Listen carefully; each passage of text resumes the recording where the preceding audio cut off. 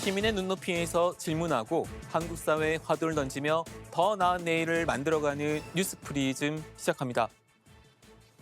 이번 주 뉴스 프리즘이 주목한 이슈 함께 보시겠습니다.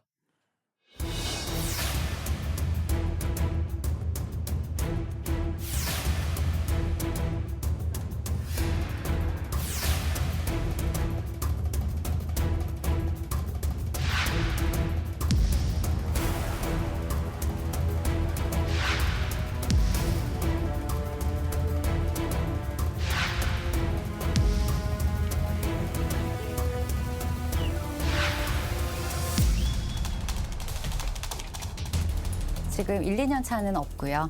3, 4년 차 선생님들이 있는 상황이라 절반 정도 채워져 있습니다. 저희 병원만의 문제가 아니에요. 전 지역에 있는 대학병원이 거의 다 그럴 거예요.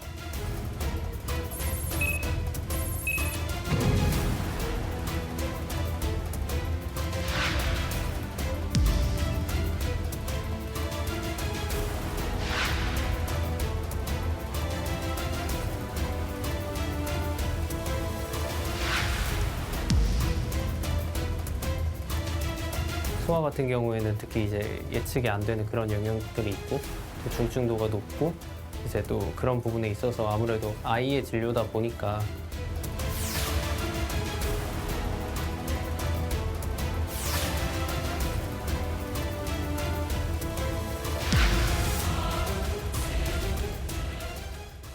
자녀가 아픈데 당장 진료가 어렵다면 어떨까요?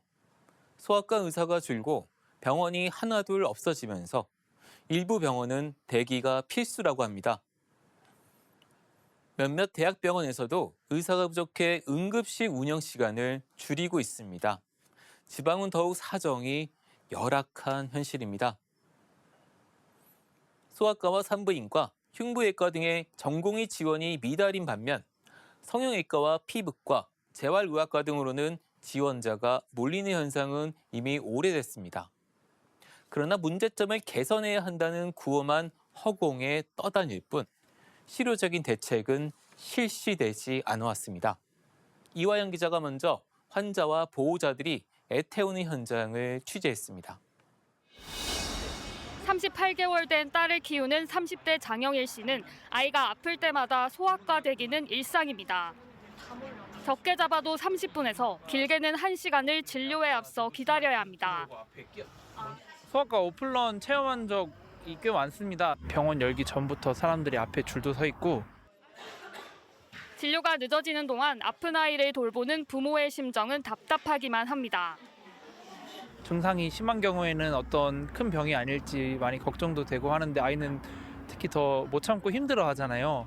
근데 그런 와중에서도 앞에 다른 아이들도 똑같이 아픈데 수십 명씩 기다리면서 그 안에도 분위기도 아수라장이고.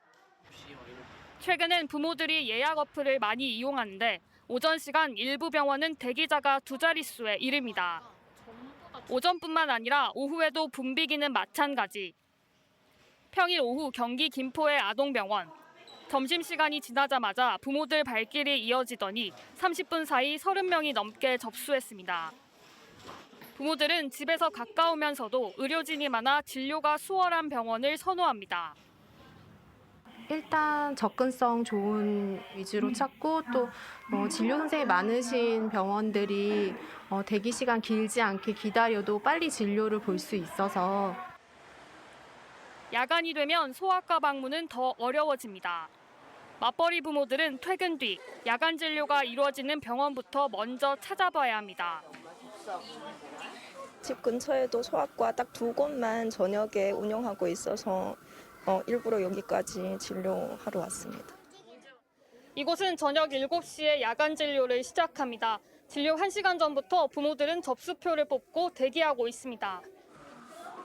30분에서 40분 거리를 달려와 마음은 급하지만 별다른 대안은 없습니다. 아무래도 이제 이렇게 늦게까지 하는 병원들이 많지 않다 보니까 밤늦게까지 하는 소아 병원들이 좀 각 지역마다 좀 많아졌으면 좋겠다는 바람이. 아이가 새벽에 갑자기 아파 응급실을 가야 하면 상황은 더 힘들어집니다. 일부 상급 병원은 의사가 부족해 소아 응급진료 시간을 줄이는 상황입니다. 대한소아청소년과학회에 따르면 지난해 기준 24시간 소아청소년 응급 진료가 가능한 수련병원이 전체의 36%에 그칩니다. 현장을 지키는 의료진은 이대로 간다면 의료 공백은 불가피한 현실이라고 입을 모으고 있습니다. 정부 정책의 실패로 봐야 될 것 같고요. 주변에 있는 병원 원장님들이 다들 그 주말 진료와 그다음에 달빛병원, 그다음에 야간 진료 이런 것들을 포기하는 것을 다들 고민하고 계시고 이게 점점 현실화될 것으로 보입니다. 연합뉴스TV 이화영입니다. 필수 의료가 외면받는 현실은 어제 오늘의 일이 아닙니다. 문제는 현장에선 상황이 좀처럼 나아지지 않을 것이란 비관적인 시각이 커지고 있다는 것인데요. 김민혜 기자가 현장에서 고군분투하는 필수 의료계 종사자들의 목소리를 들어봤습니다. 지난해 12월 소아과 의사단체들이 회견을 열었습니다. 저희들 소아청소년과 의사들 끝까지 자리를 지키고 소아청소년의 건강을 위해서 노력을 할 겁니다. 하지만 힘이 붙이고 할 수 있는 한계가 다다르고 있다는 것을.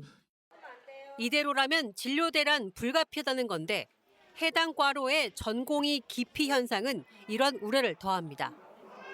2023년도 지원율 15.9%, 2019년 80%에 이르던 지원율은 코로나 발생 이후론 더 급격히 떨어졌습니다.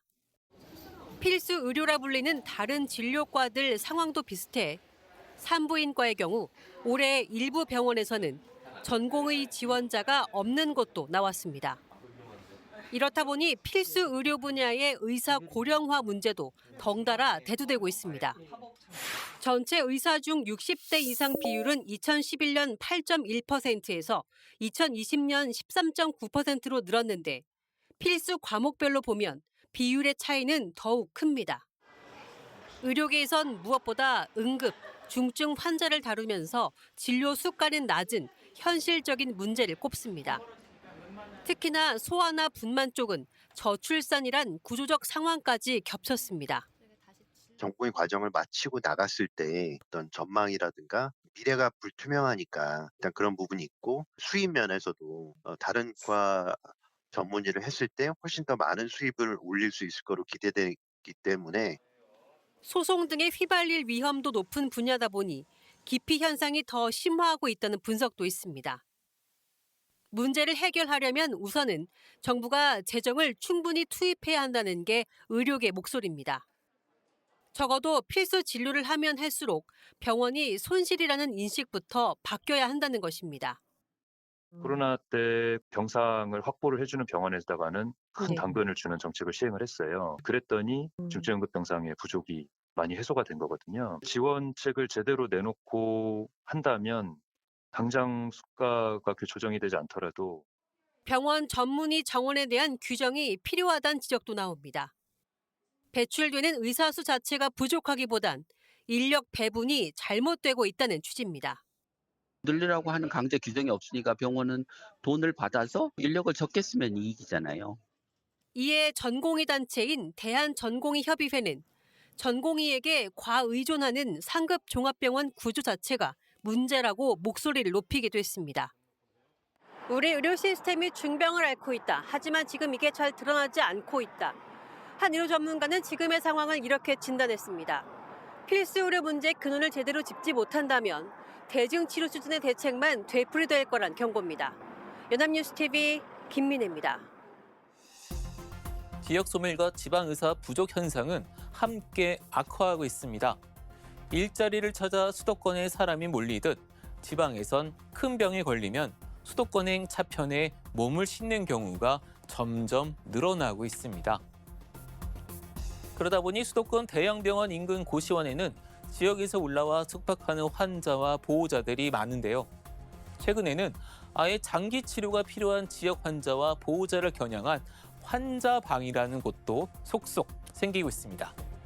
고시원처럼 좁은 방에 머물면서 인근 병원에 다니며 치료를 받는 모습입니다. 대형 병원의 경우 병실이 부족해 중환자와 수술환자, 응급환자가 주로 입원할 수 있기 때문에 벌어지는 현상입니다. 지방의 전문의뿐만 아니라 대형 병원도 부족하다 보니 환자도 수도권으로 몰리는 것입니다. 지역 전문의와 병원에 대한 신뢰도가 낮은 점도 큰 이유입니다. 서울에서 숙박하지 않더라도 지방에서 KTX 등을 이용해 당일치기로 서울병원을 이용하는 경우가 많습니다. 이 때문에 KTX역이 있는 지방 도시의 대형 병원의 위기감이 커지고 있습니다. 지역의 의사가 부족하고 대형 병원이 부족한 것은 다른 선진국도 마찬가지입니다. 지방 분권이 발달한 독일까지도 그렇습니다. 대도시의 지역에서 부족한 의사를 보충하기 위해 갖가지 정책을 실시했지만 효과적이지 못했습니다. 코로나19 사태로 의사 부족 현상이 더욱 도드라지자 독일의 여러 지방 정부에선 지역 의사제 도입 논의를 서둘렀는데요. 기존 의대 정원과 별도인 지역 의사제 정원으로 입학할 경우 10년 정도 지역에서 근무하도록 의무화하는 제도입니다. 10년을 지역에서 근무할 경우 해당 지역에 계속 머물 확률이 클 것이라는 기대감도 반영돼 있습니다. 의대 진학 시 이를 위한 서약서를 제출하고 이를 위반할 경우에는 위약금도 내도록 합니다. 독일에선 지역 의사제에 대해 의사단체 간, 정당 간 견해차가 커 도입에 진통을 겪어왔는데 바이에른주 등 일부 지역은 지역 의사제를 도입하기도 했습니다. 우리나라에서도 지역 의사제 도입 필요성이 제기돼 왔지만 의사단체에서 부정적인 반응이어서 논의에 진척을 이루지 못하고 있습니다. 정부는 필수 의료 인력 부족과 지방 의료 인력 부족 문제가 주기적으로 이슈가 될 때마다 대책 마련에 나서왔습니다. 이번에도 지난달 보건복지부는 반년간의 검토 끝에 필수 의료 분야를 살리기 위한 지원 대책을 내놨습니다. 국회는 필수 의료를 기피하는 원인 중 하나인 의료사고 시 과도한 책임을 줄여주기 위한 법안을 검토하는데요. 김보윤 기자입니다. 지난달 보건복지부가 발표한 필수의료 지원 대책은 중증이나 응급, 분만, 소아 분야 수가를 늘려서 보상을 강화하는 데 중점을 뒀습니다. 대학병원에 돈을 더 줘서 의사들이 필수의료 분야에 남도록 하겠다는 구상입니다. 재정 효율화를 통해서 절감되는 재원을 우선 활용해서 필수 의료 기반 강화에 활용할 예정입니다. 하지만 의료계는 국고를 얼마나 지원할지 약속이 없는 데다 1, 2차 병원은 그나마 대상에서 빠져 있어 땜질식 처방에 불과하다고 입을 모읍니다. 전문의를 더 뽑을 유인도 마땅치 않습니다. 오히려 앞으로 상급 종합병원 지위를 유지하려면 필수 의료 분야 진료를 늘려야 하는데 부담만 커질 거란 지적이 나옵니다. 천덕꾸러기가 되는 거예요. 상급종병에서 떨어뜨리면 이건 소아과만 문제가 되는 게 아니라 전과가 문제가 되는데 생명과 직결된 필수 의료 특성상 의료 사고에 대한 형사처벌 위험 부담부터 완화해야 한다는 목소리도 나옵니다. 제가 26년을 했는데 제일 힘들었던 거는 환자가 죽었을 때 검찰 조사받고 보상해주고 그리고 시달리는 거. 국회도 같은 고민을 하고 있습니다. 지난해 국회 보건복지위원회는 선의의 응급의료로 발생한 사고에서 형사 책임을 면제해주는 법안과 불가항력 분만 사고에 대한 국가 책임 법안을 의결해 법제사법위원회로 넘겼습니다. 다만 환자단체의 반발도 만만치 않아서 2월 임시국회 안에 법사위에서 논의가 시작될지는 불투명합니다. 의대 정원 확대 문제도 진전 없이 원론적 입장에 머물렀습니다. 정부는 의사 수를 늘리면 수급 불균형을 해소할 수 있다고 보고 있지만 의사들은 현행 의료 체계에선 밑빠진 독에 물붓기라고 반대하고 있습니다. 힘드니까를 안 해요. 지역의 복무기간을 10년 이상 한다고 해도 10년하고 다 갈 거란 말이에요. 정부는 지난달 대한의사협회와의 의료현안협의체에서 의료체계 개선을 위한 논의를 시작했습니다. 무너져가는 의료체계를 재건하는 이번 수술을 성공시키려면 보다 근본적이고 촘촘한 대책이 필요해 보입니다. 연합뉴스TV 김보윤입니다. 새벽에 아이가 아파 치료 가능한 응급실을 찾아 여러 병원을 돌아다녀야 하는 상황. 이런 경험을 한 부모들이 꽤 있으실 텐데요. 지방에선 더 발을 동동 구를 수밖에 없는 현실입니다. 지방에선 새벽에 아이를 구급차에 태워 수도권까지 달려가야 하는 상황을 쉽게 볼 수 있습니다. 치료 시기를 놓쳐 좋지 않은 결과로 이어지는 안타까운 경우도 있을 텐데요. 소아청소년과의 경우 서울에서마저 전공의 전문의 부족으로 진료를 보는 게 수월치 않을 수 있습니다. 전문가들은 의사들에게 사명감만으로 필수 의료 전공을 선택하고 지방에서 근무하라고 강요할 수는 없다고 지적합니다. 필요 의료 인력이 부족하지 않고 지역에서도 이런 인력들이 근무할 수 있도록 현실적인 대책 마련이 필요합니다. 이번 주 뉴스 프리즘 여기까지입니다. 시청해주신 여러분 고맙습니다.